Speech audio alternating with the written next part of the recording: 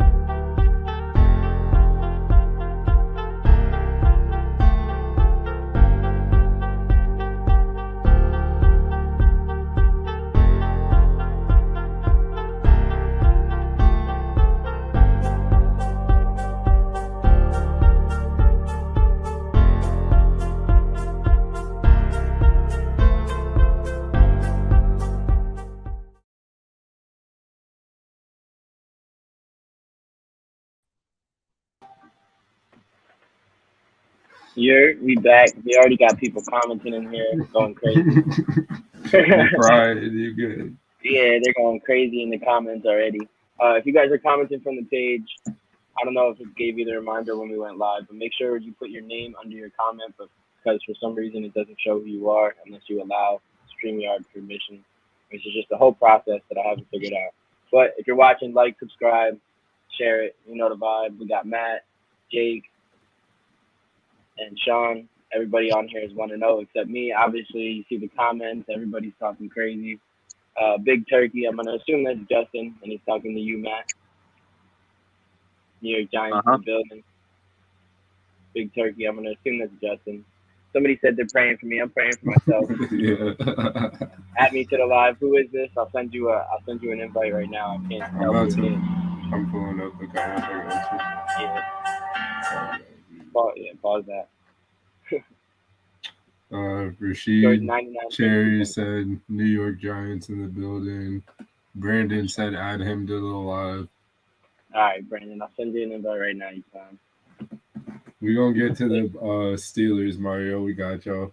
We got a Steelers fan up on here. Yeah, we'll talk about everything. Let me just get all these invites out. I want to talk to everybody in the comments. If you guys are watching, make sure you share it. Brandon, I just sent you an invite. Like I said, when you guys comment, send a dash in your name so I can see it. Or Sean, just watch the comments on your end if you can. But first, we're just gonna run through the slate of games, and everybody will give their opinion. We'll just go around the circle, or square, whatever you want to call it, and then you guys in the comments, you guys can chime in, and we'll get it popping. If anybody else wants to hop in the live, let me know. I'll send you an invite. We could have up to 10 people in here, but if you hop in here, don't be talking over people. Wait your turn. That's key. You gotta wait your turn. Unless you're getting a heated debate with somebody, then it's all fair game. But first on the list, we got Bills Rams. So we'll start in the bottom. Sean, we'll give you first. And the score was 31-10, Bills. That's, I mean, pretty straightforward. Bills are the Bills. They are who we thought they are. Everyone says they're Super Bowl favorites, and that game pretty much showed why. So that's that for me. Mm-hmm. Matt? The Bills are a juggernaut, and the Rams are not. That's it for me. My biggest takeaway is that Rams defense is serious. I think you got to see that Von Miller is still him. Still over the game. You turn that whole line up. Be a difference maker. Yeah, Jake, you got anything for that game? I mean, all I can really say is Stafford looked a little gun shy. I mean, I don't know what Odell's situation is, but I feel like they're gonna be on, calling his line pretty quickly after that performance. Stafford just looked lost, man. Realistically, though, when do you think Odell can play? November-ish? I see it'll probably be like mid-season next week. Yeah, I'd say probably between week 6 and week 8, probably. Right. All right. Next game on the list, we got Niners Bears. And the score was 19-10 in a monsoon. Yeah. Matt, we'll let you go first on this one. Justin Fields is Himothy. No, I liked watching the Bears play. Especially for him to do that and take charge in that monsoon, like you said. I got to give credit where credit's due. Now I don't know what the Niners going to do at quarterback, but I think Trey Lance will be all right. He'll be all right. It's the first game. Mary, I said the OSU product. Fact. For me, I've been saying I think both of the quarterbacks are going to develop, and I think they're going to be good. I think they're going to be in the league for a while. You're going to hear both of their names. For Trey Lance, it was a monsoon game. It was his first start. Justin Fields already had a taste in the NFL, so he knew what it was. He knew what he was walking into, whether or not, like, not whether or not, but like whether or if it was sunny or not. Justin Fields knew exactly what he was walking into. Trey Lance really didn't. So I'm gonna give Trey Lance a mulligan on that. That's really what I take from it. But the Bears won, bro, and I think the Bears are a sneaky team that people are sleeping on. Shane, I couldn't agree with you more. After our little talk pre-show, I can honestly say I'll give Trey Lance a mulligan on this one. If he doesn't show me something next week, I think the Niners might be in trouble. Yeah, no, I agree. I mean, I guess that's why they re-signed Jimmy G, because you still got that safety blanket in your back pocket. But I mean, you pretty much wrapped it up with everything I said. It's hard to fault the 49ers in that condition. So, but I mean, a win is a win. The Chip Bears, you know. And he was without Kittle. Kittle's a big piece, you know what I mean? And he's very quarterback friendly to a rookie quarterback, especially in the run game in a monsoon like that. Without Kittle, that hurt. Yeah. Next we got Patriots Dolphins. The Dolphins won 20-7. But they pick off Mac Jones twice, or I know he threw a pick and a fumble.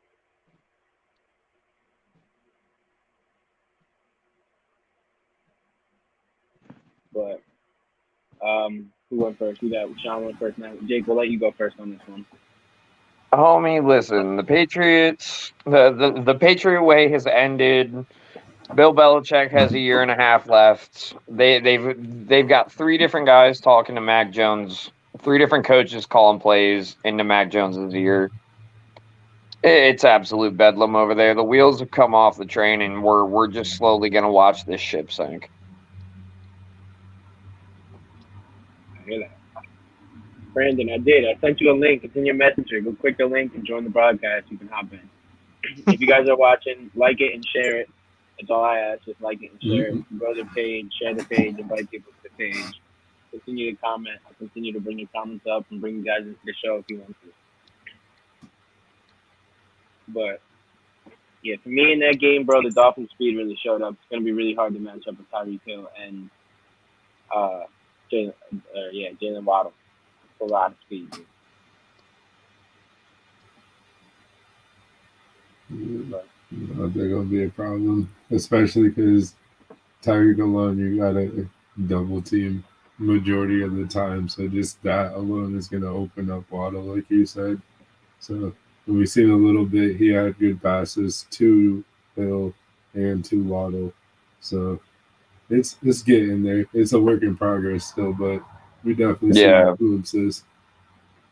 Another big wrinkle there too is going to be Gesicki. I mean, Gesicki can run with the best tight ends in the league. I think his problem is obviously he's not as good of a run blocker, which I think in that Miami system, I think it'll be good for them to just have him kind of run loose. Chase Edmonds looked good too as a starting back. So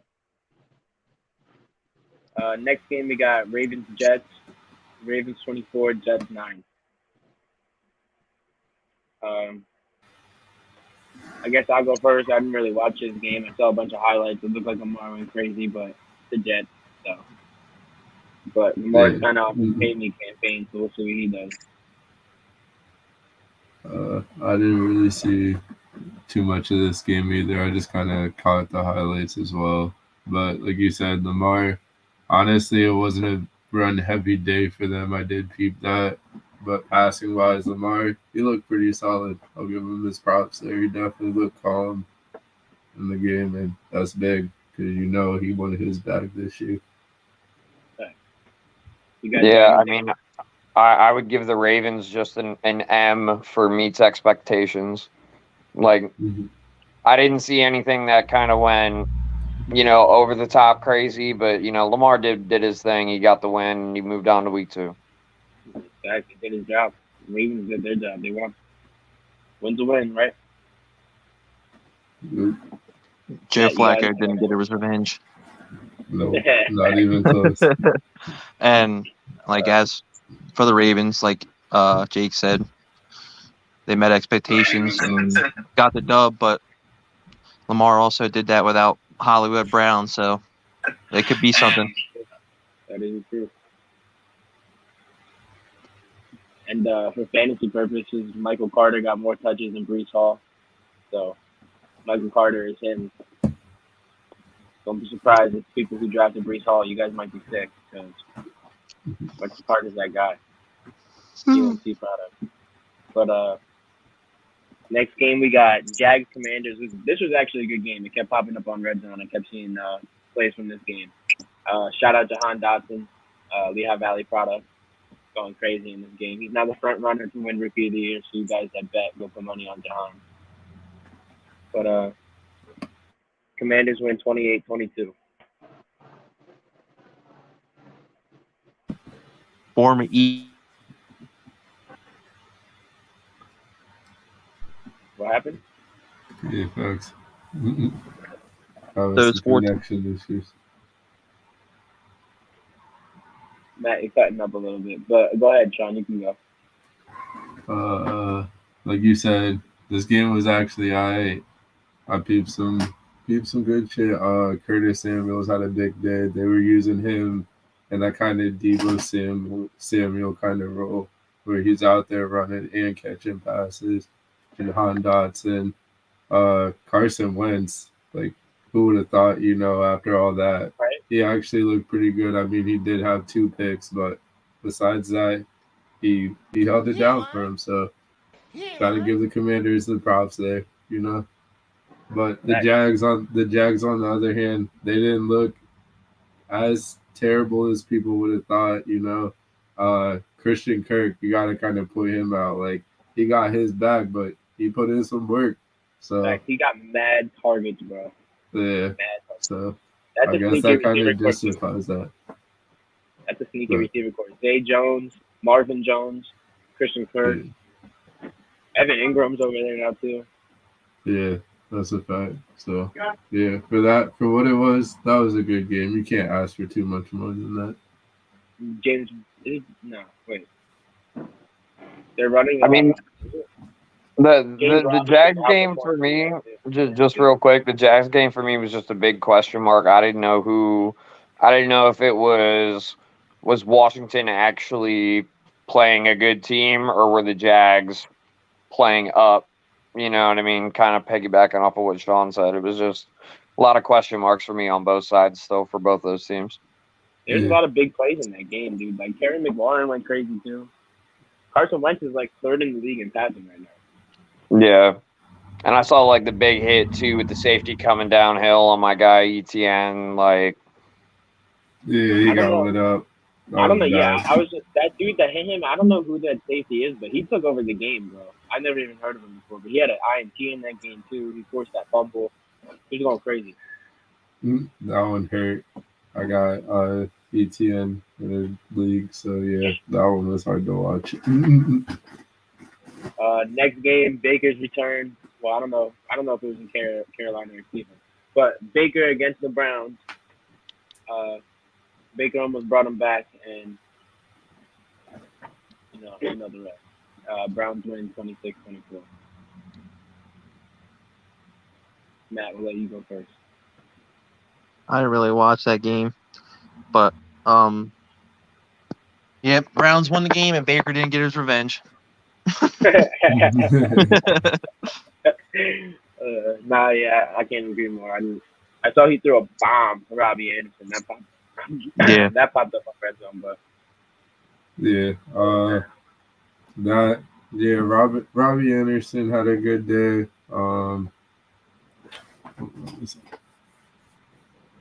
That was pretty much it, actually. I didn't even go hold you.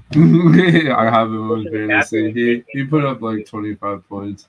Yeah, Christian McCaffrey looked alright, and they said this year they're more focused on like his health, so they're not really worried about giving him a million touches. So that should be good for like the longevity of him as well. I mean, other than that, I would say, it sucks for Baker. I like Baker. I like his moxie, but I think he's starting to be that quarterback who's just, a half step behind a lot of other guys, and I don't know how long he's going to be a starter in this league. I agree. I mean, he got Darnold barking down his neck too. So the moment Baker slips up, he's gonna lose his job. Especially if it like translates over from game to game. If he has 2 bad games in a row, don't be surprised if Darnold gets a shot. But if you don't trade him, Steven Jones might pull some shit and go fucking trade for like Sam Darnold, and you guys might really have to check on me because I don't know if I'll be okay. That's fair. Brandon said he's backstage. Oh, Brandon is backstage. Look, Yo, Brandon, you better not have a mariachi band and stuff in the background. You better lock in. Oh, no, it's just me and the baby back here. Me and the baby. We're gonna get to your game in a second. Just hold up. He said it says I'm backstage. But next we had, I don't know, this game was just boring as hell. I didn't really see much from it. Colts Texans. The only thing I know is Michael Pittman went crazy. Yeah. And Jonathan Taylor put up stats. Yeah, that who's their running back? I forget. It wasn't Damon Pierce. It was their other running back. Rex Burkhead. Yeah, Rex Burkhead, low key. He had a nice day, which was surprising. I know many people didn't see that coming. Their tight end OJ Howard. He had 2 touchdowns. That was pretty crazy to see. So, but besides that, like you said, I didn't really peep much, and that game was just kind of meh. But hopefully the Colts pull it together because they were not looking hot at the beginning of that game, especially playing the Texans. You know what I mean? But to come back and at least tie the game, I'll give them credit.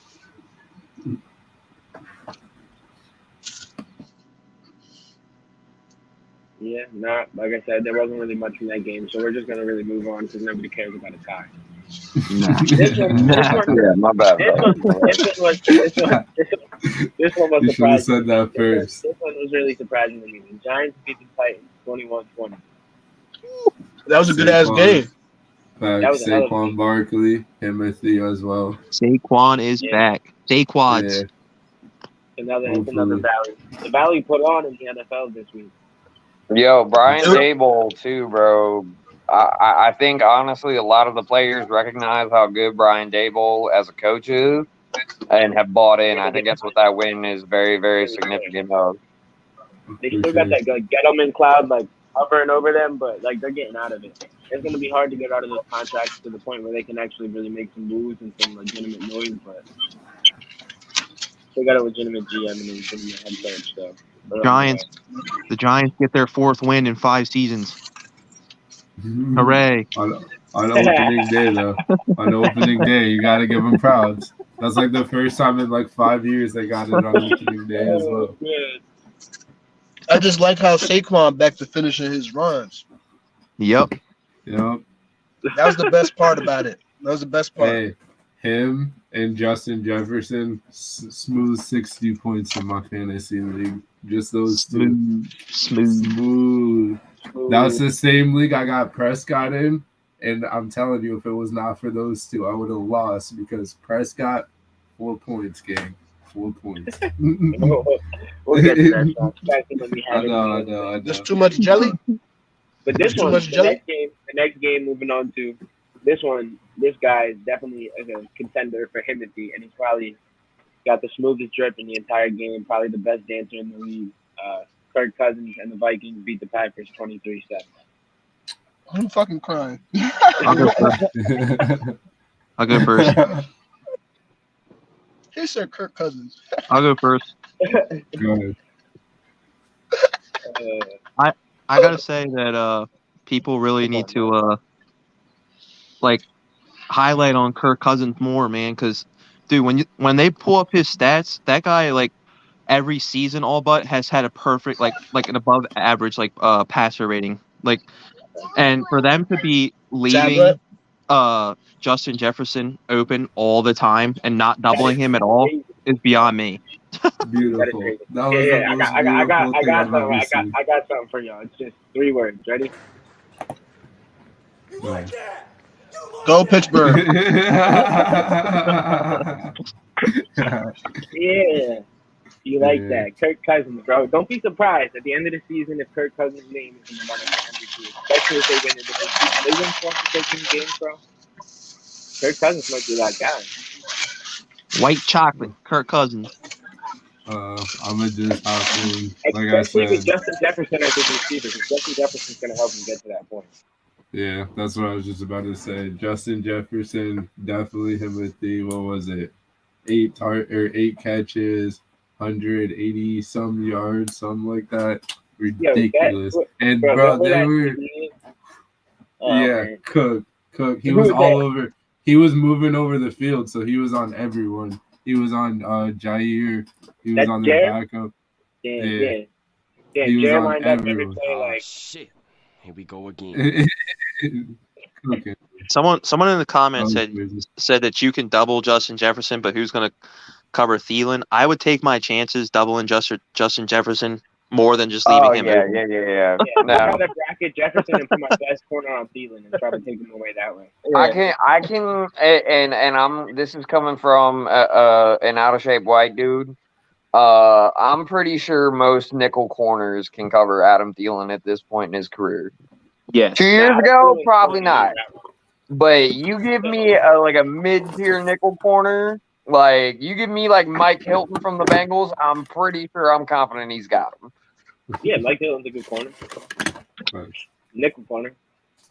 But you still got. Next game, oh, my bad, Sean. Go ahead. No, you're good. It's just real quick. You still got Dalvin Cook too, though. Don't forget. Yeah, that's it. So there's always that there. But yeah, And we can move on next game. Irv Smith Jr. too. He's a solid tight end. He had 2 drops. They weren't happy with him yesterday. Sean been reading his fantasy notes. I was, bro. I told you. Chiefs smacked the Cardinals 44-21. Kyler plays too much God. Next. Patty Mahomes. Next. All right. Well, next game. This is a big game for probably, I would say, the most competitive division in football. Chargers beat the Raiders 24-19 on a Khalil Mack strip sack. Yeah, that one was tough. Shout out Justin Herbert. You already know. Keenan Allen got hurt, so we're waiting to see what's that. Or no, he's out. This next game. I'll let you answer this question. Fuck Rager, boy. He's a punt returner now. But yeah, Keenan Allen's out next game, so that's gonna be interesting to see. Their tight end, they got Gerald Everett. He was nice. He had a few good catches, and I forget the one dude's name, but he's been in the league for like 5 years, and I think he played on 4 different teams, and then he just had the breakout game this past week, so that was dope to see as well. But yeah, solid game. Raiders definitely got some questions on what the hell they got to fix, but Chargers look good. All right, well, that's the entire slate of the week of games, minus our games. So we'll give. No, you missed. I missed when y'all talked about Pittsburgh. Oh no! I forgot Monday. Yeah.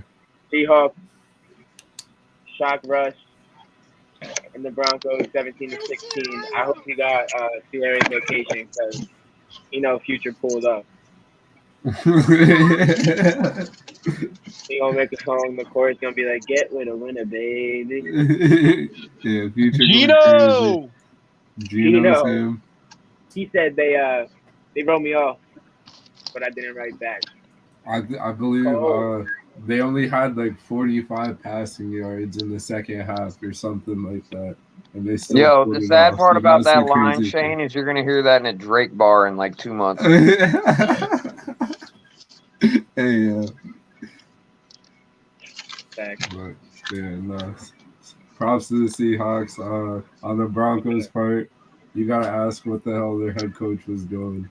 Yeah, Exactly. I was about to say, Brandon, I'm not yeah. putting that Y'all loss y'all on gotta get the anybody food off other the than the plate head so we coach. give us a sponsor. Yeah, We're not allowed to the, show anything. They gotta the head, sponsor us before we show them.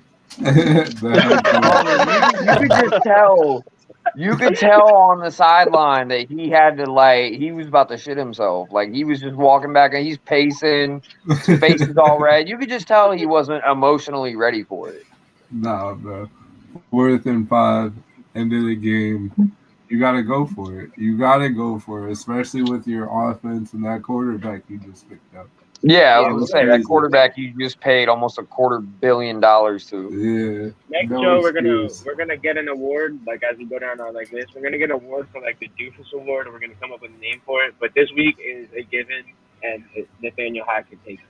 Whatever award we Nice. come up with, it's Nathaniel Hackett this week for our Shots in the Pool award. Yo, I was gonna say, why don't we just You better do give ice- it to Minka Fitzpatrick. If Minka don't get it, this is rigged. Nah, Hey, bro. hold Yeah, on. you don't want him to get that Second. award. Shane, Yeah. Shane, 14 we gotta tackles do in the game? Nah, I'm talking about like the clown award, not the imitator. Yeah, Shane, you gotta call it the Stone Cold Bum of the Week. Dak Prescott. Hold on. Yeah, Dak, onto Dak's these in the running. games. Dak would be a candidate for this week. I'm not gonna. Nah, I think you should give it to the Bengals kicker because he fucking sucks. Hold on. That too. We got a section for that. We'll get to all that. Let's finish out these games real quick. Actually, nah. The games are done, but we'll move on. We'll give Jake and Hollywood the floor here. Steelers beat the Bengals 23-20. Let's go! Yeah, Let's energy. go! Yo, Hollywood. Scale of 1 to 10, how happy are you with that win? I'm happy the anxiety is over. I couldn't You sit didn't answer the down. question. 1 to 10. I need a number here.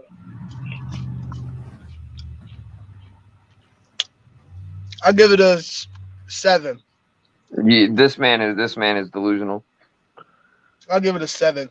We got a delusional Steelers fan, Sean or Shane. Shit. How so? Brandon, Homie, that was the Matt Canada's offense looked slow and 13 years old. The O-line literally couldn't hold a bucket of water to save their life. The only thing that saved us consistently was that the Steelers have a god-tier defense, especially when it's schemed up right. It's always been that way, though. I mean, don't get me wrong, and Shane, we talked about this, before the show, but I didn't know what my expectation of Mitch was, but Mitch was Mitch. I watched would Mitch like to see preseason. Mitch turn into Superman. I saw Mitch play preseason against the Seahawks live. Went to that game. He didn't look that bad. I didn't think he was going to get the starting job, though. I'll tell you that. I'm mad about that. But I only said 7 because we won. No, I mean, yeah, W's. All I care about is the dub. That's all I care about. I'm with that. I don't want to be sitting on that camera like Shane over there, sad because he's fucking 0-1. Once I figure out how to do more with this software, I would have the crying Jordan over my face right now. So you guys gotta give me time. I'll get there. But yeah, I mean, like I said, for me, I'll take this W, put it in my back pocket, get back to work. We'll talk again about the game next week. Respect. Mike Tomlin brought out the black Air Force One's energy for the reason. All right. Well, that's a fact. While we're on our teams, I'll let you guys both have a second to do it. You guys can both give 2 standout players and 1 disappointing player from your team this week. Go ahead, Hollywood. Hold on, what you said? It's about to get loud in here, so I gotta have my. Actually, I think I'm just gonna tune out right now. He's talking shit real quick. The in and out. All right, but I'll say for Pittsburgh, two standouts and one disappointing. I'll start with my disappointing. Terrell Edmonds, the safety. My God, this man. Some of his decision making is great, some isn't. It's high, low lows. I need him off the roster. We declined his 5th-year option. He'll probably be gone next year. Standouts, I would say Pat Fryermuth, only because that man is he's Miller 2.0. I was so happy when they drafted him. Yeah, he's nice. I mean, I can honestly say, Deontay Johnson, bro, like I don't know how he does it. He just does it. Like, dude, that catch he had, oh my gosh. Told you. I mean, but like I knew, like, and I don't know if I talked about this last time I was on the show, but I knew 3 or 4 weeks ago from a friend of mine who went out to Steelers camp where they do camp at St. Vincent's, and they basically said the whole time they're like Najee was walking around in a boot, and they think it's like a plantar fasciitis / like Liz Frank injury. Mm-hmm. So like I knew Najee was hurt. I just didn't know, like, going into this year, all right, you have a bad O-line, your running back's banged up already in camp. Like, yeah. That's why, like I said, like, Hollywood, much respect, much love, my guy, but, like, you got to be a little realistic looking forward. Like, the light is getting further and further away at the end of the tunnel here. We ain't going to be winning that many games. Yeah. It's crazy you didn't see, like, any of the injury with Najee before, because they were definitely saying that like preseason time he had that injury, and that's what the big concern was. So the fact that they even really let him try to run like that in the offense week 1, definitely crazy. And they just set him up for failure. I think they knew. I think they just wanted to test it, and he was probably like, "Nah, I'm good," and then it just ended up hurting it worse. You know what I mean? So yeah, that's a scary one. And I know Pittsburgh's backup running back to him, he's trending up very, very high in fantasy right now. So that's definitely also not a good sign. Yeah. What George Pickens do, Jake? He do anything? No. Yeah, I mean, he was in a bunch. I did see, like, they flexed him out a lot. They put him in, like, a handful of, like, 3x1s, and he was, like, the backside one. And I don't know what the game plan was there, but almost all of it was handoffs. But I mean, if you're blocking the backside corner, like, you know, that doesn't really matter, especially if they're running away from you. Like, shit out of whoever the backside corner was. Oh my god, bro! That's why I love that man. Bro, I literally, like, after my fantasy draft was over, I offered my one homie. I'm like, I know for a fact you're a Giants fan. I offered him Kenny Golladay for George Pickens, and he's like, why are you offering me this? And I'm like, bro, gonna be honest with you, I just want George Pickens on the squad because he's a menace. I don't actually want to play him. Like, but yeah, I mean, other than that, like I said, I'm gonna take my W, throw it in the lunchbox with the black Air Forces, and get back to work next week. I'd rather have Jalen versus Dak. Dak is trash. Gets hurt all the time. Chokes with the magic voice. LOL. Jalen Strong will literally squat 600 pounds. Until Micah hit him, and then he gets him scared at and throw a pick six.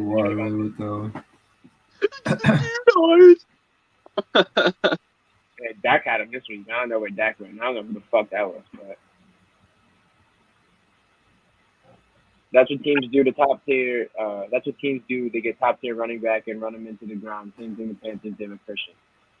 Yeah, but I mean, at least with McCaffrey, you got like 3-4 years until he was really, really out, I guess. This is only not year 2 for Najee. Well, no, year 2 for Najee is like, I knew it was going to be regression, and I think it needs to be like almost how Lev Bell kind of popped a little bit when he did as a Steeler. I would say, like, you think they drafted DeCastro like 3 years before that, and Marquise Pouncey the year before that. Mm-hmm. So, like, right there are 2 perennial All-Pro O-linemen. You know what I mean? I mean, Shane, the Cowboys, when they got Tyron Smith, Zach Martin, and who was the center? Travis Frederick. Like, but you know what I mean? You don't need like a full all-pro O-line, but if you get 2 or 3 all-pros on there, they just instantly make the guys around them better.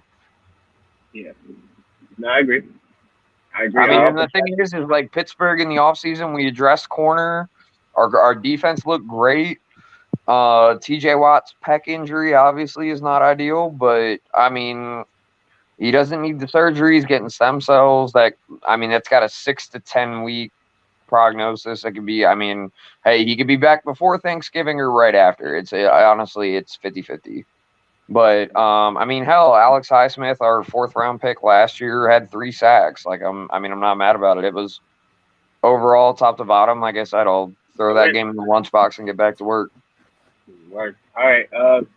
Moving on. We'll move to my boy Sean here. The Saints beat the Falcons in a game that the Falcons blew. I don't know if you can necessarily say the Falcons won or the Saints won, but the Falcons blew. Don't even play us like that. Before I give Sean the floor, the 6 people watching, make sure you guys share, like, continue to comment. If anybody else wants to hop in the video, let me know and I'll send you a link. But go ahead. Yo, Sean, do me a favor. If you want to, I don't know how you Saints fans communicate with Jameis, but thank him for throwing those 2 touchdowns to Mikey T, because that literally was the reason I won fantasy this week. He did that. Yes, Sean, before you go, I need you to eat a W and then just go into your. Matty Wise got it for me. Respect. That's how they talk to Jameis. That game. As a truthful Saints fan, I'll say that game was hard to watch at first. Like, our O-line was real bad. Kind of like what Jake was just saying. Like, we got our 2, but obviously losing Armstead last year, that was a major blow. And then obviously we lost Penning. I think last game of preseason, I believe it was. So we're hurting there. But besides that, offense couldn't get going in the first 3 quarters, actually. But then 4th quarter rolls around, down 16. You get that glimpse of what we could be. And that is the good thing of this game. Like, everything we did in the offseason, it kind of showed why we made those moves. You had Marcus Maine with the strip sack, or not strip sack, but a strip on one of his hits. You had Jarvis Landry stepping up. He had, what is that? I got it written down, actually. Landry it was like over 100 yards, right? Yeah, 7 for 9, 114 yards to set up both of those scoring drives to Mike Thomas. And then speaking of which, Mike Thomas, you already know, he back, like it says on the screen. He had a slow first 3 quarters, but as soon as it was go time, Jameis to him every time. And the craziest part is, like, everyone was doubting Mike Thomas, but, like, this was a game to prove, like, he's back. Because, you know, AJ Terrell, he was a great corner last year. I don't think he let up any touchdowns, if I'm being honest. So to come back and have 2 against him in your first game, that's great. So we'll take that. Winston, I'll give him his props. Like, he did the best he could with the line. When it mattered, he made good decisions, no turnovers. So that's all you could really ask for from him. And I'm happy with that dub. I mean, our defense, we ain't really getting no pressure from the line, so that's something that's kind of worrying me. But besides that, I think we'll be all right. We just got to pull the strings together. Let me know who this is, and I will. David Varig. Oh, Varig. All right, bet. I'll send you an invite, Varig, if you want to hop in. Go ahead, Sean. You can keep going. That's all I really had. Like I said, Winston looked good. Landry, Michael Thomas, Chris Olave. He had a couple catches, not really a big day, but you know, first game, so you can't really expect too much from a rookie. But I expect him to pick it up as we go along. What do we do? The bad.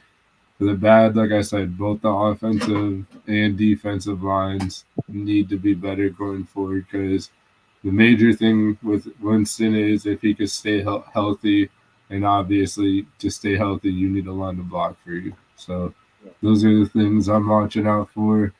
But besides that, who that? 1-0. 2 standouts and 1 disappointing player. I already kind of did all that. I guess, yeah. I'm going to give it to Mike Thomas and Landry for the standout players because everything I already explained. And then, like I said, as a whole, I got to give the bad to the offensive and defensive line because bottom line, we got to be better. I respect it. Now, the guy sitting there with his jersey on with that 6 on there right there. Matty Weiss. Oh man, I'm not happy with the Eagles win. If I had to rate it out like 1 out of 10, I would put it in as a 5. We started out strong. I believe we started out 21-7. Well, it was the Lions scored on their first drive, and then after that, the defense was great. We ended up getting a pick 6 with James Bradbury, the new corner. That put us up 21-7. And then getting closer to halftime, it was 24-17. And then coming out of half, we went right down the field and scored. So I was looking at like, okay, this is going to be great. And then that's when I needed to start biting my nails. I don't have no more nails anymore because DeAndre Swift turned up and was running all over the Eagles. And they made it a game. Shane asked me before the stream if I was nervous, and I lied to him. Yeah, I was nervous. I didn't want to lose to Detroit. But we ended up itching it out 38-35. With the defense, they're really I gotta say the way that the Eagles trained in the offseason is something that I don't like, where they don't hit as much during the season just to keep their players safe. And you can look at it as a good or bad thing, but I personally don't like it. And then I would say in the second half they were burnt out, just because of that reason, not getting enough work put in. And then that's when Swift took over. They realized they're just going to run all over them. Another thing to take with that, when Jordan Davis was in, he was only in 22 plays during that game. The Lions rushing attack only averaged 2.7 yards per carry. And then without him, that's when they were taking over. So that needs to change. And I think Jonathan Gannon is sus because of the way he is running the defense. But offensively wise, dude, we got it down. That's 31 points that they put up. There was 4 players that had rushing touchdowns. AJ Brown is him. He had a great game. He showed why he needed to be paid the money he got. And Devontae Smith needs the ball more. Most of them were bad throws, but then he did have some drops. Jeff Okudah did strap him up. Him and Dallas Goedert need the ball more. So Jalen Hurts does need to spread the ball around.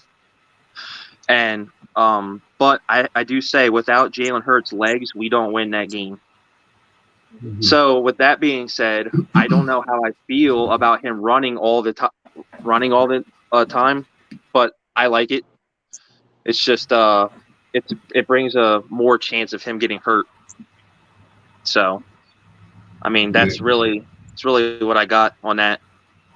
I think Hurts took the most hits this week because he was running so much. I believe that's what I read. Yeah. So there's that. And to touch on what you said, my fault. I didn't mean to interrupt you. I just wanted to touch on the part where you were saying, to me, he did all right. No, he definitely did his thing with his legs, but passing wise, you kind of want to see a little bit more from him. Like he kind of seemed, and like I said, it goes in line with what you said. But passing wise, you want to see him spread the ball around a little bit more.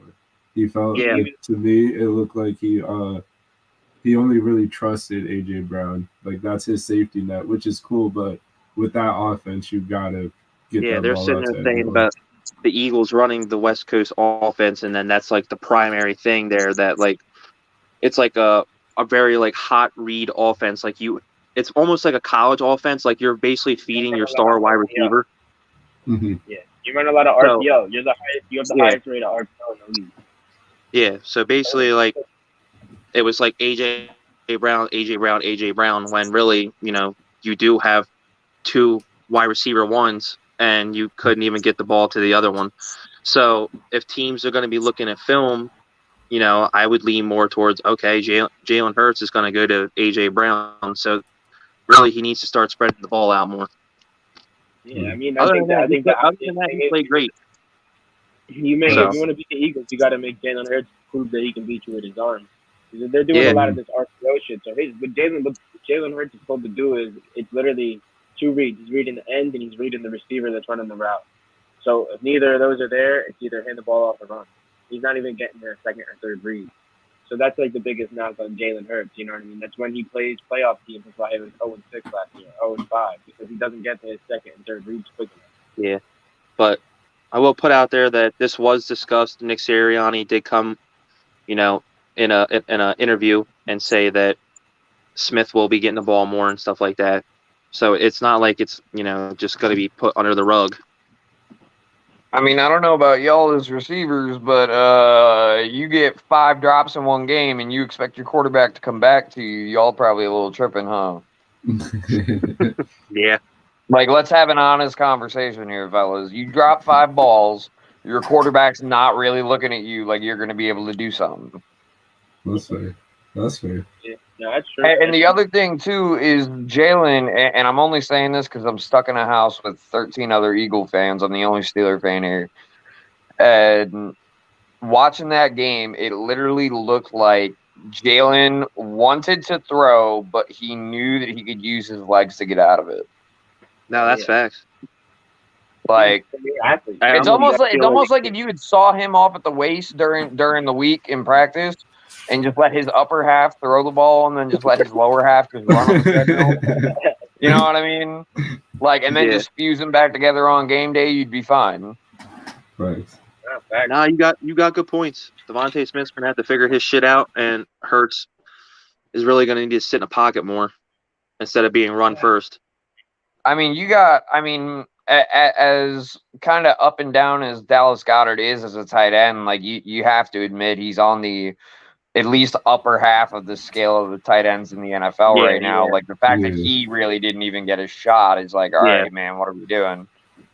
Yeah, that was one for fantasy purposes. I was hoping he was gonna have a big day, but hopefully next week. Yeah, hopefully they got a tough task in Minnesota on Monday night, so. Yeah. That would be a good test. The whole world will be watching, so we'll see. And you got the swag daddy Kirk against that sus-ass defense. Uh-oh.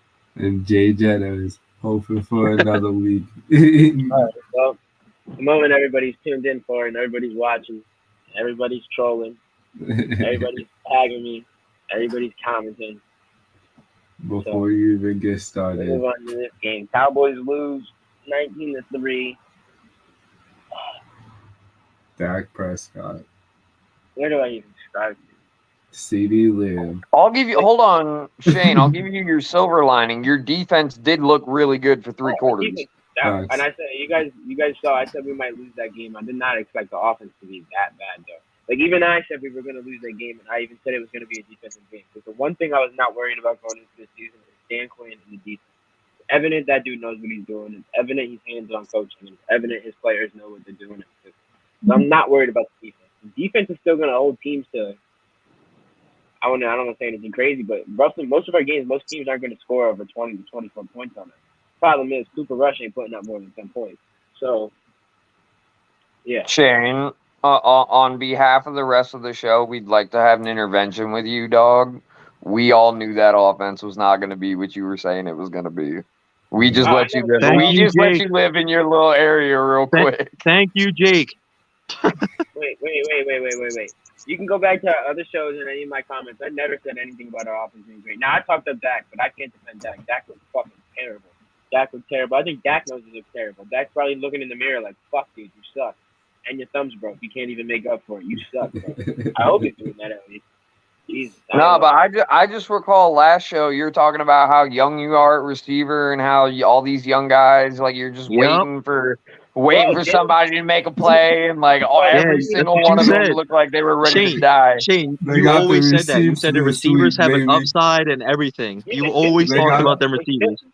They still do. And Jalen Tolbert wasn't even active, bro. Wasn't even active. And Simi Fehoko didn't even play till the garbage time. Those are the two receivers I talked about. What Turpin do? Get fucking smacked trying to return the ball out of the back of the end. What was Noah Brown's stat line in fantasy? Just out of curiosity. I don't care about Noah Brown. He should have been cut 3 years ago. Noah Brown sucks. Dude, listen, this is what it's like. This is what it's like being a Cowboys fan, all right? As a Cowboys fan, every single year we say we're tired of this. We want to change. They promise us change is coming. Then we get stuck with old Kellen Moore and old Grandpa Jerry, and us as fans are just like, tired of this, Grandpa. That's too damn bad. That's what it's like being a Cowboys fan. Listen, just let that sink in. That's too damn bad. I'm sitting here in my house, like, not even, Sean doesn't even want to talk because he knows I'm depressed. Shane, there's a comment down there that says, when you're ready to hear the truth, let me speak. Dave, I sent you an invite. Yeah, he's about to flame you. Is he backstage? Nah, realistically, our defense looked good. I can't say anything about our defense. Anybody who wants to argue that, we played the Bucs, we played Tom Brady. Like I said, we were talking pre-podcast. You can argue that they have 3 wide receiver ones. Not that Julio is legit a wide receiver one, but you got Mike Evans and Chris Godwin, who I guess you can't say Chris Godwin isn't yet because he never really had the opportunity to be, but you guys know the numbers he puts up. Mike Evans is him. That's Mr. Consistency. But I was saying Tom Brady with Julio Jones and Julio Jones healthy, Tom Brady, and how Tom Brady friendly Julio Jones is makes him a wide receiver one. And their defense is absolutely stout, bro. Let me see you guys go up. Let me see your backs average 5.2 per carry against Levante David and Devin White. Those backs can't. My quarterback will. Yeah, because your quarterback's your best running back on your team. I mean, the Ravens have been making that case for years, so that's not really an indictment on Matt as an Eagle fan. Nope.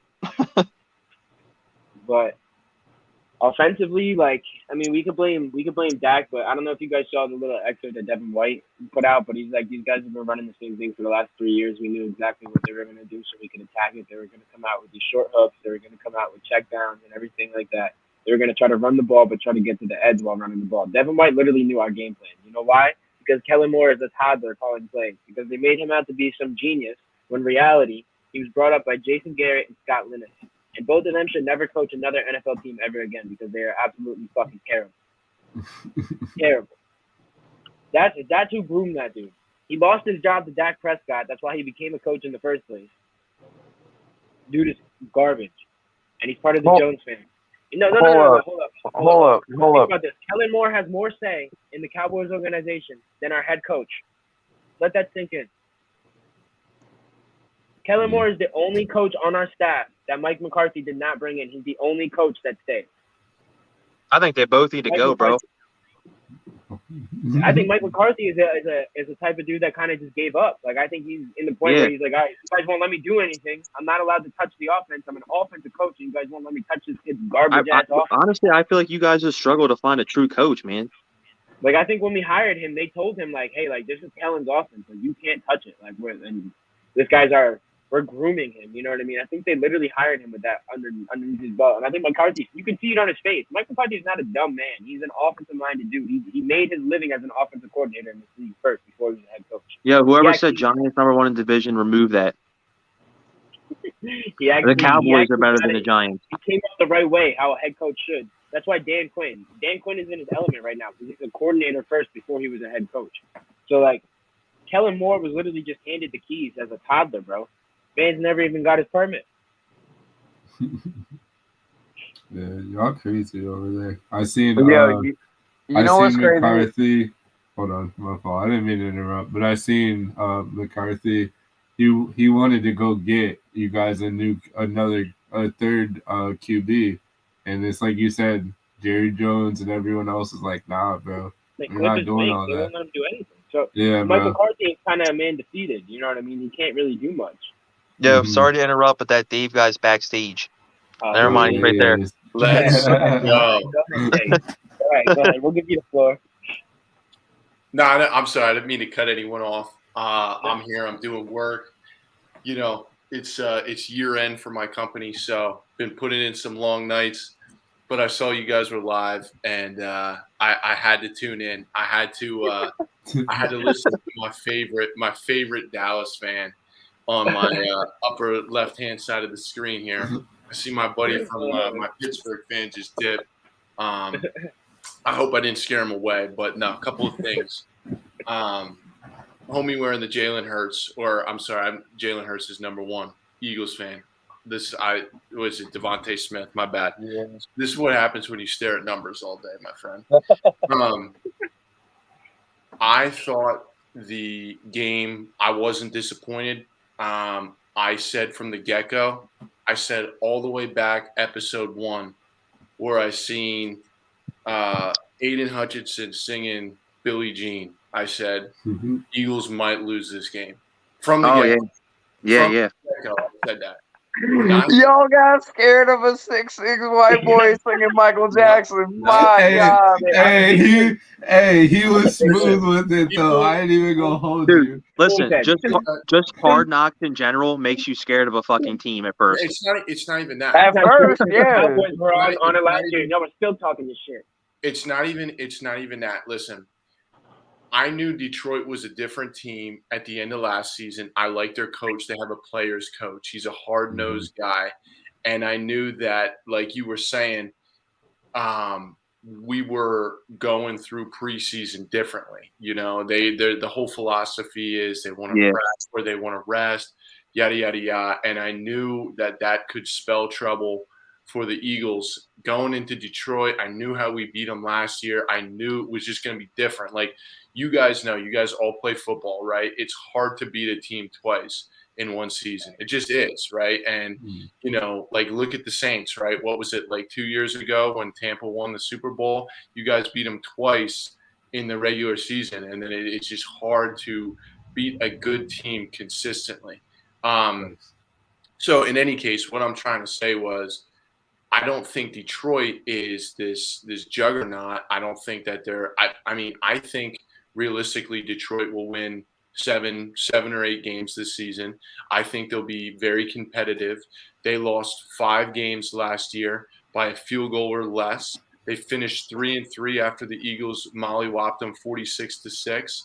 And Jared Goff has the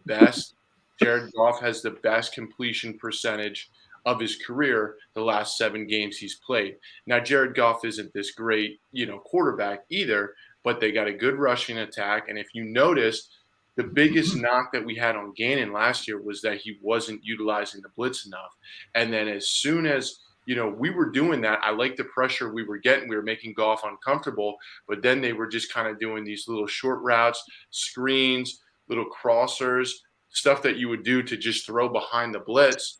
And that's how they got back in this game and then utilized the run. I think part of that as well is, our defense wasn't really playing, again, this whole preseason. I don't know how I feel about it. I got mixed emotions. I think we should be hitting at the same time. I agree.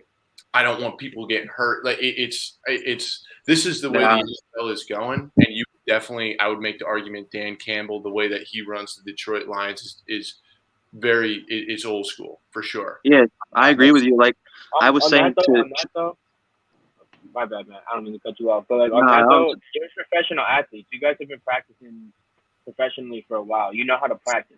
You're not gonna decleat your teammate coming across the middle. But you should still be giving contact. should be an aggressive stud. Not like There's a not way like in a row talking with practice. from that point, Shane. It's just in general, like they didn't do Yeah, hitting Cowboys drills are- alone Cowboys in are- practice. Yeah, Cowboys You are know? the same way. They have no like grit period where it's like, all right, we're gonna strap up and hit for 10 minutes, then we can go back to practice and how we are. Like, we don't even have that. You know what I mean? There's not even like a one-on-one period where linemen and D linemen are really actually going at it. You know what I mean? Like I can't tell you the amount of missed tackles in that game that you saw from the corners coming down and the safeties. Dude, it's from not hitting. Shane, you remember all the way back. You remember all the way back in Northampton days, right? Like, we did hitting drills. What, like once or twice, like legit tackling drills in 2 days. Yeah, 2 days. And then after 2 days, it was done, and like our defense was trash. We lost our home opener to Parkland. What was it, like 49-0? Like it was terrible. 12 points, but yeah, it was bad. You need to hit. You need to tackle. You need to, and I think that'll come. I think it's week 1. A lot of things change. It's a long season, right? Injuries are a part of the game. You know that. There's peaks and valleys the whole season. Look at Green Bay last year. They lost to the Saints week 1. What was that score? It was like 35-0. It was crazy. 38-3, baby. Yeah, it was nuts. And I thought Green Bay was done, and then they came back, and then like halfway through the season, I thought they might win the Super Bowl, and Aaron Rodgers would retire. They were the 1 team. But in any case, what I really wanted to say was, not to digress too much. I think the Eagles, I think they'll be all right. I said from the get-go, I think they finish with 11 wins. I think everyone's focused on Dallas. It's Dallas.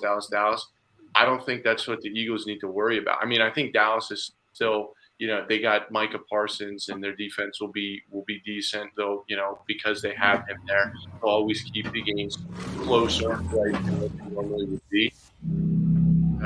The biggest competition really is Washington. People are sleeping on Washington, and they got a stout defense. I think they got 2 wide receiver ones, and I think Carson Wentz, when he's not playing hero ball, is an okay quarterback for sure.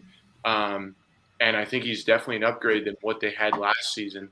So I think Washington could surprise some people. I think everyone, again, from the NFC East, but I think that, there's some pretty heavy hitters in there. I think the Eagles win 11 games. And the point I wanted to say is, I was giving shit about Zeke, and how many good running backs can we name in this league, right? I say I got Pittsburgh fan here. You like Najee Harris, right? We're from the Valley. Obviously, everyone knows Saquon Barkley. Got Miles Sanders on the Birds. What I wanted to say was, in this day and age, a once-in-a-lifetime generational talent at running back is worth a dime a dozen, because you can see how easily they can get hurt. And, you see some of these guys that aren't as highly touted out of college. I'm just like Miles Sanders and Saquon. I went to Penn State, right? I just think that, not that Miles wasn't good in college. He obviously was, but he wasn't Saquon. Like, Saquon was in conversations for Heisman. And if you would compare their 2 careers side by side in the NFL, I mean, they really haven't done anything, right? Saquon isn't any better than, look at some of the other named 10 starting running backs in the league. He doesn't really separate himself too much. So, I see what you're saying there. I agree with that. Yeah, we focus on that so much. I think the big thing that you need to worry about in the NFL is having a good offensive line. You're talking about Jalen Hurts. That's I agree with everything you said about the not making the right reads, and I think having a strong offensive line helps the Eagles. To my point, right? You got Miles Sanders, but you also have 2 other serviceable running backs in Kenny Gainwell, Boston Scott, that can get the job done. And it just takes the pressure off the quarterback a little bit. You can make the same argument Ryan Tannehill. So all in all, I kind of jumped in. The screen says Doom in Dallas. Dallas, you guys are fucked. Dallas. Dallas is trash. Everyone, and you know what my biggest stick about Dallas fans are? everyone has something to say about the Birds and about the Philly fans, and they're saying, Which is you true. snowballs at Santa Claus. Motherfucker, weren't your fans throwing beer bottles at the refs last year after you lost to San Francisco? Yeah, And fuck them, no bro. That was one a beer bottle said at too. a word, bro. No one I don't know says how a word. I don't I don't know how understand. true this is, but I heard that their fans were throwing shit at Dak when he was going off the field. Dude, Yeah, like there's a Dallas video of fans, it. Dallas Shane, Like, I didn't see listen, that. Shane, I say this as in like maybe not so much you, but there are a lot of Dallas fans that coincidentally also happen to be Yankees fans and Lakers fans and Ohio State fans. It's like, dude, what the fuck is your problem? Where is your affiliation? Nah, I can say that's not me because I'm a Nationals and a Trailblazers fan. So Yeah, that's no. And yeah, that's nothing. I mean, like I'm Philly everything, baby. You know, Philly's won Same. again. They're making the postseason first time in 11 years this season, baby. I'm hype about that hunt for Red October, and then I think the Birds won 11 games. I think they play in the wild card round. I think they win whoever they play. I don't think they make it to the NFC Championship. I think they lose in the divisional. And if you want my honest opinion, I think we're kind of in a similar situation in the offseason regarding Jalen Hurts as we were last offseason. And we kind of point and we say, well, what do we do now? I think Jalen Hurts took a step up. But he's got to get better at the reads, man. Right? It's a tough league, dude, and he can only take so many of those hits. There's so much of that we could talk about, but dude, I do have one question, Dave, real quick before we wrap all this up. Let's hear it, my man. So I'm gonna recall back. You've obviously said a lot, made a lot of good points, but I want to go back to the Washington comment you made about Carson. Let me ask you this: on their best day, who would you rather face as the quarterback of the Washington Commanders right now? Carson Wentz or Matt Ryan? On their best day. Like who are you more scared of? As an opponent, who am I more scared of, or who would I who are you more scared of as the opponent? On their best day, Carson Wentz. Okay. That's the reason I think that there's still a chance, definitely, that Washington can finish second in the division behind Philly. I have to agree with that. Let me say this. I got two. Well, I got a question for y'all, but I'm gonna say this. If Dallas can somehow squeak out 2 wins over this period that Dak is out, and Dak comes back and looks like the Dak Prescott that I've been defending in our chats for the last 3 years, and not whoever the hell showed up on Sunday night, because I don't know who the hell that dude is. He can stay in the hospital. Once he gets surgery, I need Dak back, because I don't know who the hell that. We'll call him Rain. That was Dakota Rain Prescott. That's not Dak Prescott. But anyway. If we can win 2 games through like this 6-game period, I think the Cowboys, with how weak the NFC this year is weak. The AFC is a much stronger division. So I honestly think if the Cowboys can somehow end up with a 9-8 record, I think we could squeak into a wild card. I think that's a bigger if than what you're making it out to be. You're not realizing that you guys question Dak's receivers. When Dak comes back, he's gonna have a healthy Michael Gallup. But he's also rushed back, so he's not going to be playing like how you think he's going to be playing. That's just Jerry Jones talking, bro. That's Jerry Jones running his mouth in the media. You got to remember. But let's be honest though. This is the second time he's hurt that thumb. There's no way he comes back anywhere near 100%. They're gonna put him on the field at like 75% and just hope it doesn't re-hurt itself. He never hurt that thumb. Throwing arm. Listen, so I don't know if it's the first or second time. Throwing arm is tough. I agree Michael Gallup coming back will definitely make your receivers better. It's going to elevate the play. You'd be an idiot to argue that. But I think the bigger issue here is you guys got rid of Amari Cooper. Dude, you guys are trying to make CeeDee Lamb your wide receiver 1. And I mean, I'm not – like CeeDee Lamb is a great receiver. Do not get me wrong. Is he a wide receiver 1? I don't know. No. And you look at Devontae Smith, like I love Devontae Smith. I wouldn't say Devontae Smith's a wide receiver 1. I think he shines as a wide receiver 2. CeeDee Lamb will get the double coverages. He's going to get the best cornerbacks, and you're going to see his level of play go down. That's my personal opinion. I think the best bet for you guys is to, like you said, run the damn ball. And I think for the Eagles, that's what we need to do too. Run the fucking ball, Absolutely, man. dude. I don't know. It's a passing league now. People forget, like, bro, just run the fucking ball. Especially when you're running back, bro. I don't know if you guys really, if you go back and watch all of Zeke's runs, like, he's not the same Zeke where he's jumping and hurdling over people and spinning at the same time, but he's still a top 10 productive back in the league. When it comes to pure production, Zeke is still top 10. When you're talking about a pure running back, first of all, there's nobody that blocks better than Zeke. You see what Zeke does to linebackers? Yeah. Every time Dak got sacked, Tony Pollard was blocked. He looks I don't like know, man. He looks like the Terminator, dude. Zeke had that helmet on. I was talking to my fiance, and I was like, dude, look at his fucking helmet, dude. Like, look at him. He's got the bull ring piercing. He's got the hair sticking out the back. He's got like a Power Ranger. He looks nasty. He looks scary, man. If I was a linebacker, I'd just be diving at his knees all day. That is the most undrip helmet. The answer. He said no. If you listen to the linebackers in the league talk, though, they still name Zeke as one of the hardest people to tackle. He's still one of the hardest running backs in the league to tackle. So I don't like. Well, but hold on though. Back to the Eagles real quick though. The Eagles' O-line outside of Kelsey outweighs most of the O-lines in the NFL by a solid, 10 pounds. Like, at a certain point, as somebody who played on the D-line, homie, it hurts to get leaned on for 4 quarters by somebody that outweighs you by that much. Oh, hell yeah.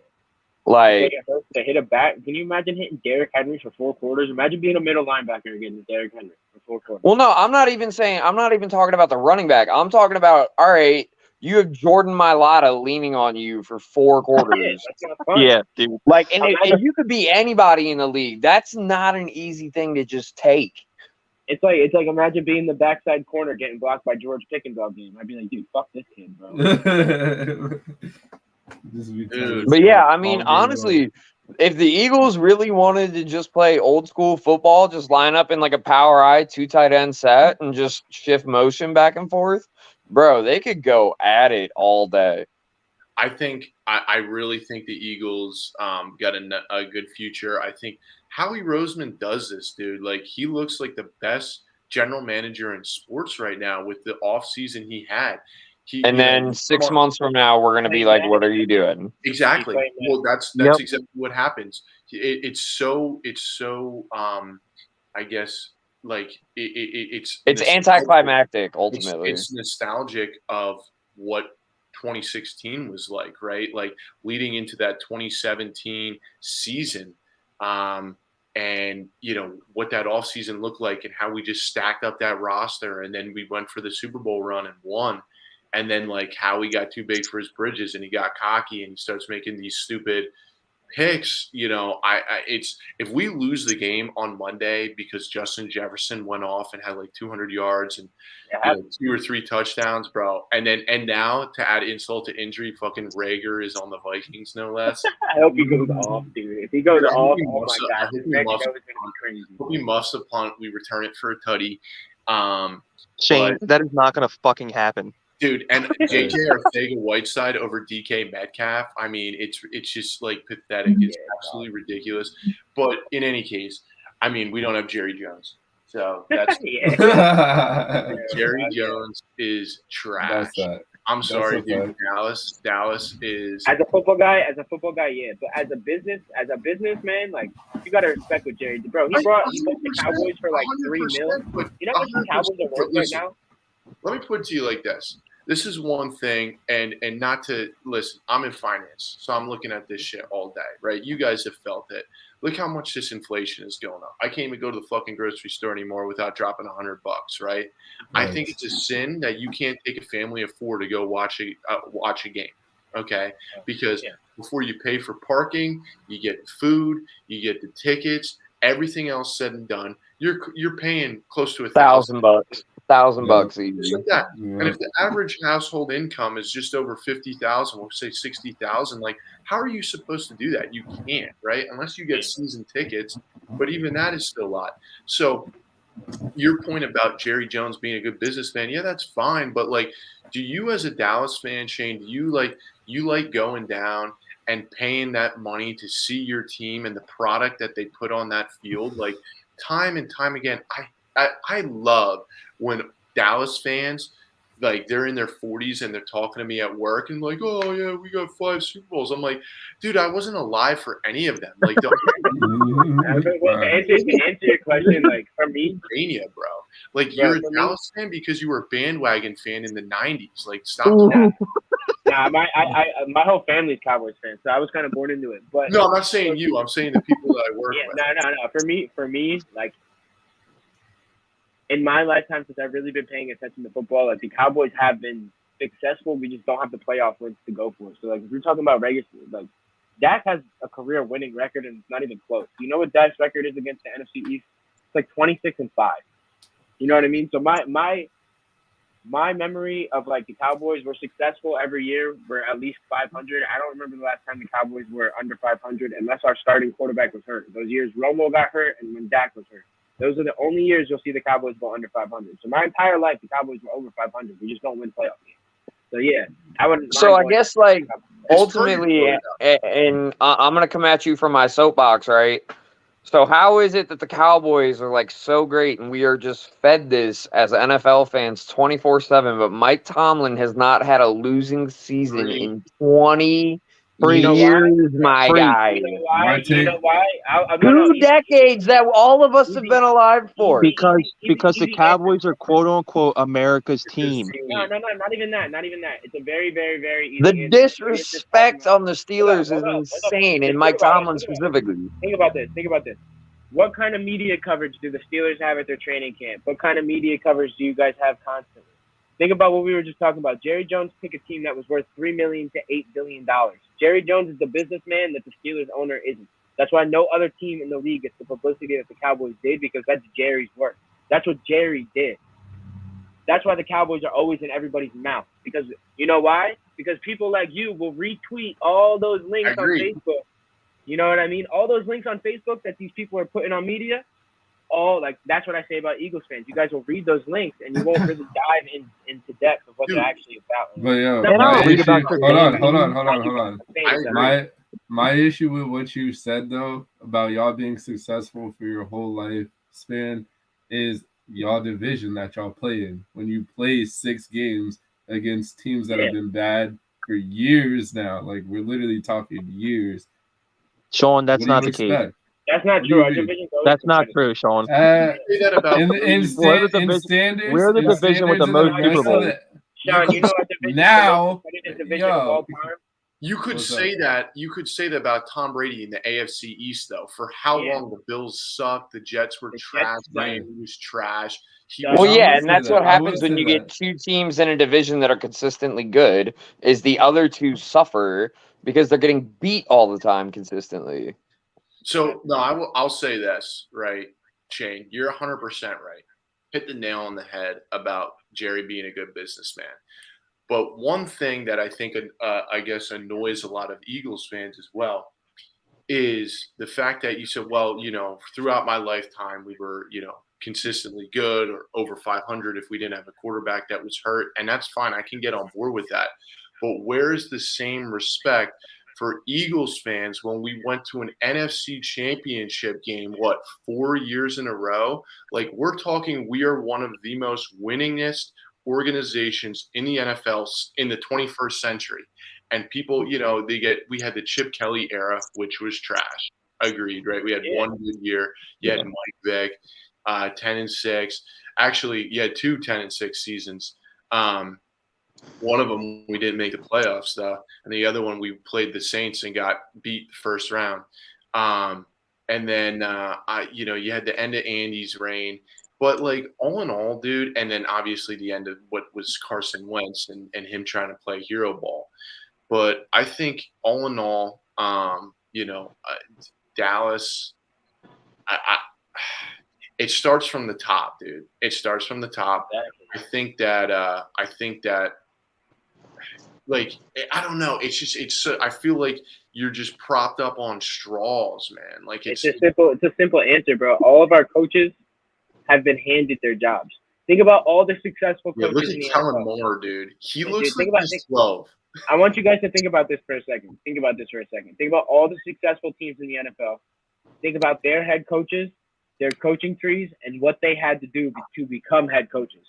Now think about the Cowboys coaches, minus Mike McCarthy and Dan Quinn. But think about like Jason Garrett. Think about Kellen Moore. Think about the coaches before that. All of them were part of what I call the Jones family. They were brought up through the entire Cowboys organization. You know what I mean? So they're put on a pedestal. They could do no wrong.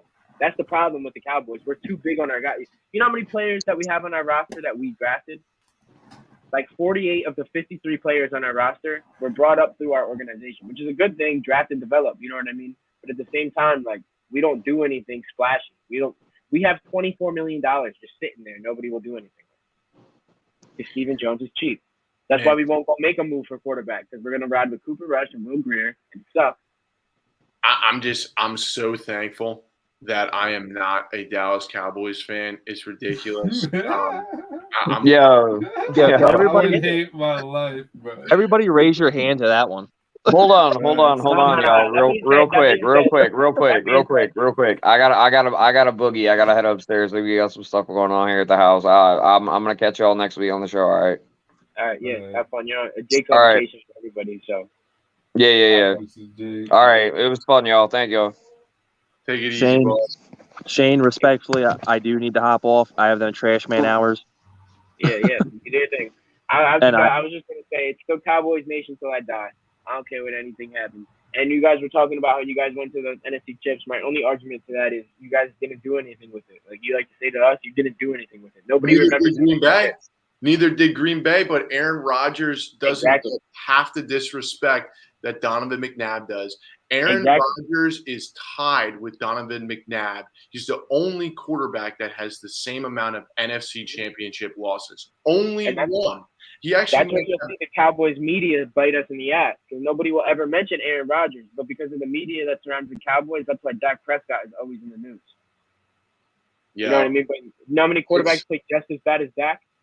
That people I gotta listen. I know this is a pro football thing. I gotta bounce soon. I've got, waking up at the gym tomorrow. Let's see. I had two.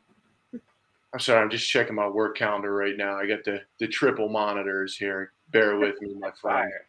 First meeting's at 9:30. Okay, so I can go to the gym, clock in at 8. All right. You got the Ole Miss shirt on. Yeah, I'm a UNC fan though. I just got a shirt on now. How we feel about Penn State this year, boys? How we feel about Penn State? Talk to me. Talk to me nice. I think Sean Clifford sucks. Other than that, you guys got a good program. Sean Clifford sucks. Is the Pope Catholic? Hell yeah, he sucks. You realize it's his 6th year, and the only reason he has 6 years of eligibility is because of COVID. You realize that? That's crazy. That's crazy. So it's his 6th. He has been a Penn State starter for 4 years. Do you realize how bad you have to be a college starter for 4 years? You start for a Power 5 school, Penn State no less. I'm not talking like right? Or Missouri. Dude, you start for Penn State for 4 years and you're not good enough to get drafted to the NFL. Like, it's ridiculous. Dude, he needs to just grow up and start applying to some accounting jobs or something. Be a realtor or something. Is not it. But did you see what they did in the last game? I actually didn't watch any of the college games last week. Yeah. Oh, my God, dude, you're slacking. So we got the number 1 recruit, the number 1 quarterback in the class of, I guess it would have been 2021 because this is his freshman year. Number 1 quarterback in that class. They're comparing him to Ben Roethlisberger, Drew Aller. So, and we also got the number 1 running back. We also got, I'm sorry, it would be the class of 2022 because he just graduated. He literally just graduated in June from high school. Yeah. He went to prom fucking like 3 months ago. That is crazy. But in any case, we got him and we got the number 1 running back in the class of 2022. And he just busted off. He had 10 carries, 179 yards, 2 touchdowns, dude. You kidding me? Jeez. And they put in Drew Aller in the 3rd quarter. We were up by like 3 touchdowns. Like, all right, put in Drew Aller. Went off, dude. Snapped. 2 touchdowns. Looked great. We got Auburn this week. Dude, watch college, man. Yeah, no, I watch college all the time. I was just busy last Saturday. You think Aller takes Clifford's spot? Job by the end of the season? So, you know Colton. Colton Maxwell. I know Colton. He was on the team. Mm-hmm. He practiced, but still, really cool. Walk on. Yeah, Was fire, there for you. Gave me the inside scoop a lot of times. Met a lot of guys. Drew, Colton on the team. Franklin has his favorites, dude. He has his favorites. Sean Clifford's one of them.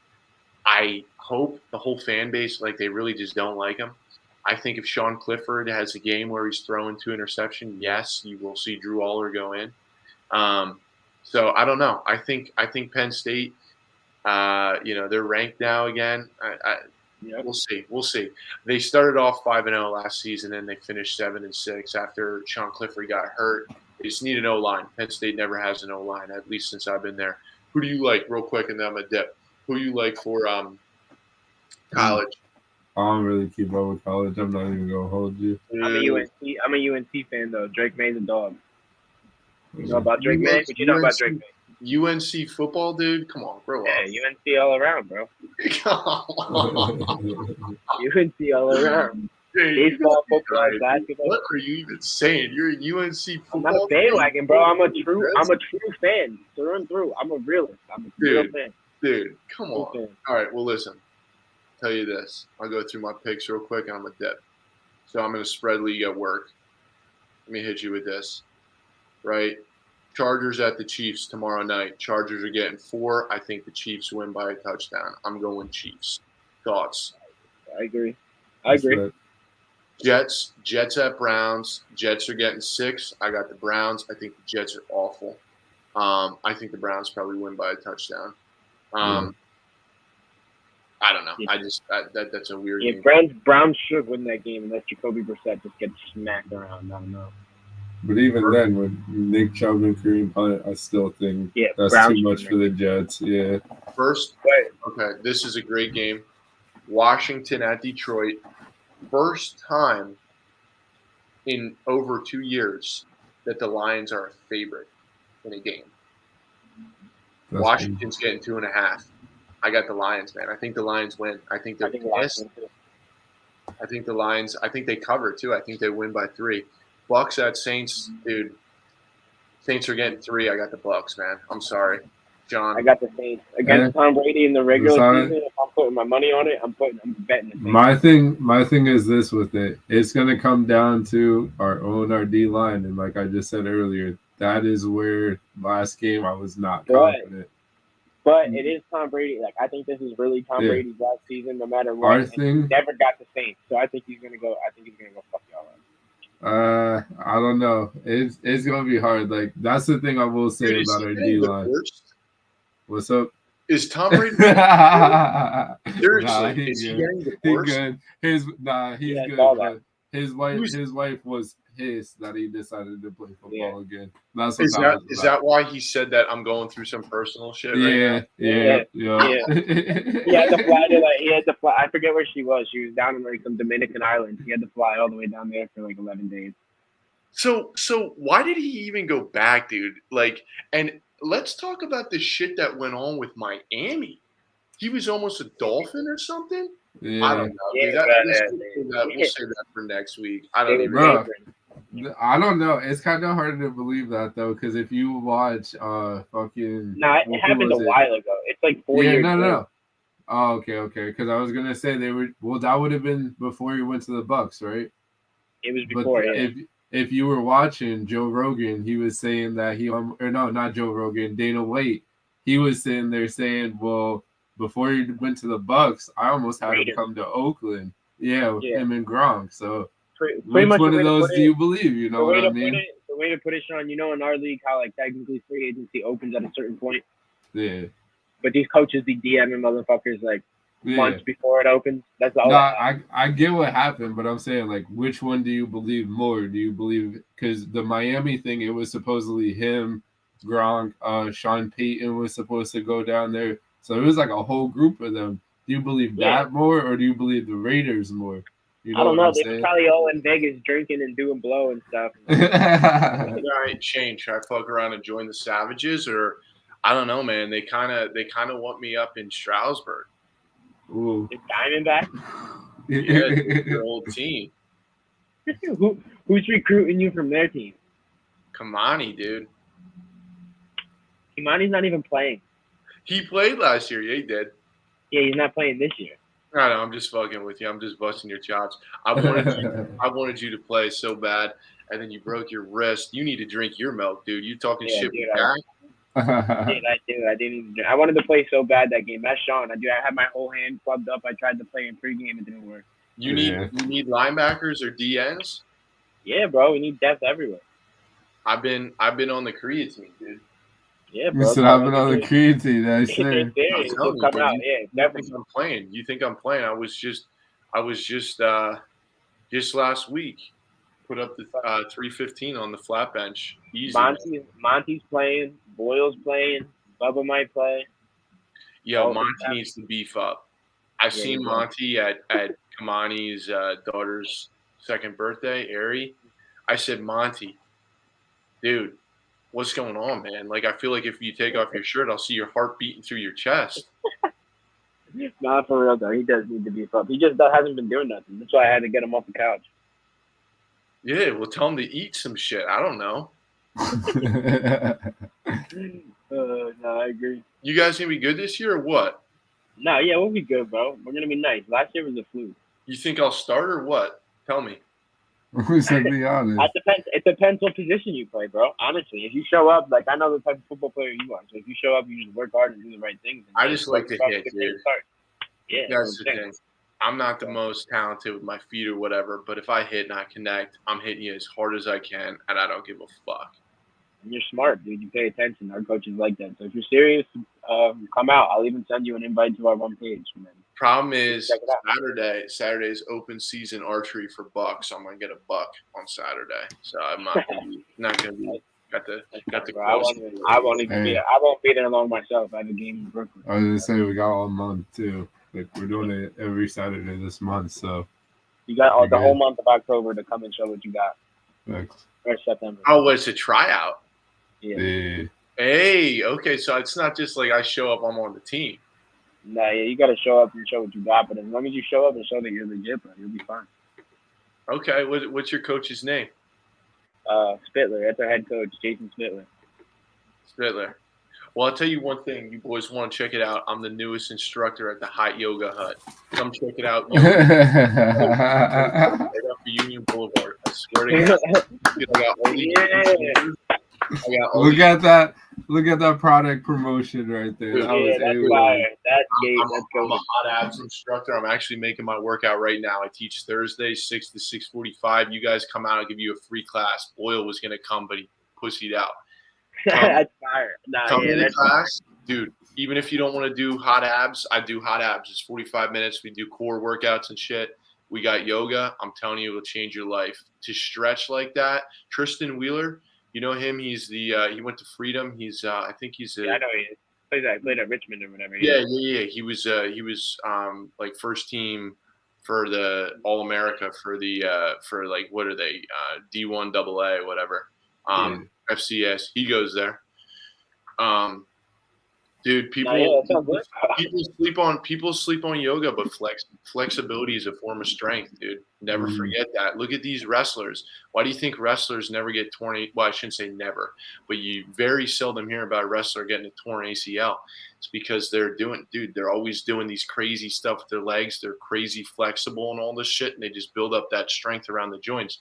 Meanwhile, you got a guy like Zeke. I'm just using him as an example, but big, buff, strong guy, and it's just like an oak tree, dude. Like they're solid, but if the legs are both, it's tough, man. You got to be like bamboo. You got to be limber, right? Yeah, it goes into what we were talking about, like hitting that practice. That's why the Lions are ready and their bodies take it. And they don't get the injuries. That's why Dak is getting small injuries because he doesn't get hit. Yep. Soft tissue injuries are killer too. You see them a lot in the birds. But anyway, boys. All right, I'm a dip. Nice talking to you. And, I'll see you. Shane, I'll be talking shit. Who you guys play on Sunday? The Bengals. You guys are about to get whooped by the fucking Bengals. They're on the revenge story. They're spinning the block. Yeah, no, we're definitely getting whooped. We might lose by 35 plus. I cannot wait. And Penn State's going to win on Saturday. Against Auburn. So watch that game. Sean, check it out. I'll make you the UNC will probably win by 2 points again. So. Dude, Sean, you don't like college, so I'm gonna make you a Penn State fan now. All right. Anyone else like for college, you tell them Penn State. All right. All right, we'll see. I'll take you up on it. All right. Good shit. All right, boys. Take it easy. All right. Yeah, Bye. be safe, bro. Later. All right, Sean, you got anything else? Nah. We didn't get to the picks, but we could just run through that on a quick one some other time this week. Yeah. We'll do our pick'ems when we get everybody else on. Even if we do something Friday night or something, if we're all free. Even if we get some of us on. So for everybody that hopped on, everybody that commented, that was a good ass show. You guys kind of got a glimpse of what this thing actually could be if everybody interacts and everybody hops on and we have the energy that we had. Sean, you've been on pretty much every show. You see the difference, right? Yeah. That's what the show could be. So everybody that watched it, like, share, comment, tell your friends, tell your uncle, tell your auntie, tell your mama, tell your nephews, your nieces, and anybody else in your family that I might have missed. Like, subscribe, share, and I'm out. So good.